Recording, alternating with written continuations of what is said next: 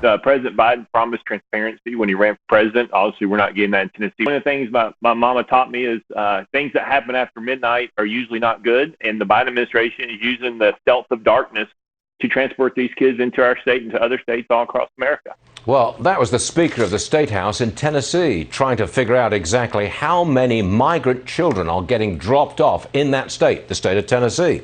Senator Marsha Blackburn represents that state and joins us now. Have you been fully informed of these drop-offs, Senator? No, we have not. And we are seeking information, and I will tell you this, it's one of the reasons we filed a Transparency Act.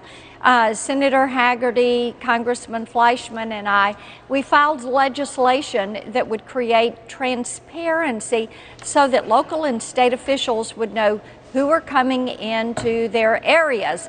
We know the federal government is trying to push these migrants as they're practicing catch and release.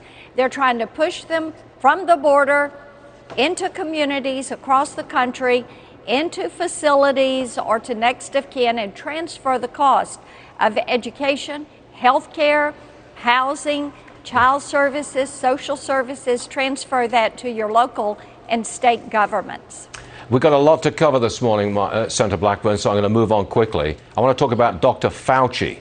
He seems to be downplaying the possibility that COVID began in the Wuhan lab. Listen to this. I do keep an open mind that it's a possibility. It is a possibility. I think it's a very, very, very, very remote possibility, but it's a possibility. Senator, you think Dr. Fauci is shielding China? Yes, I do. I think that his statements have shielded the Chinese Communist Party.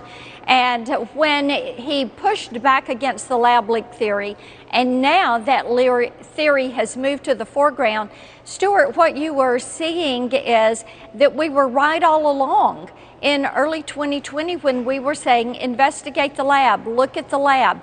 Where did this come from? The Chinese Communist Party locked down Hubei province in Wuhan, China.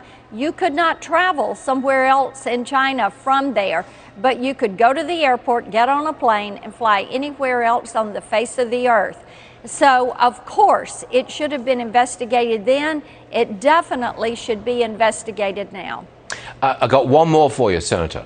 The Supreme Court, just literally a half hour ago, ruled that the NCAA illegally restricted benefits for college athletes. Let's look at the big picture for a second.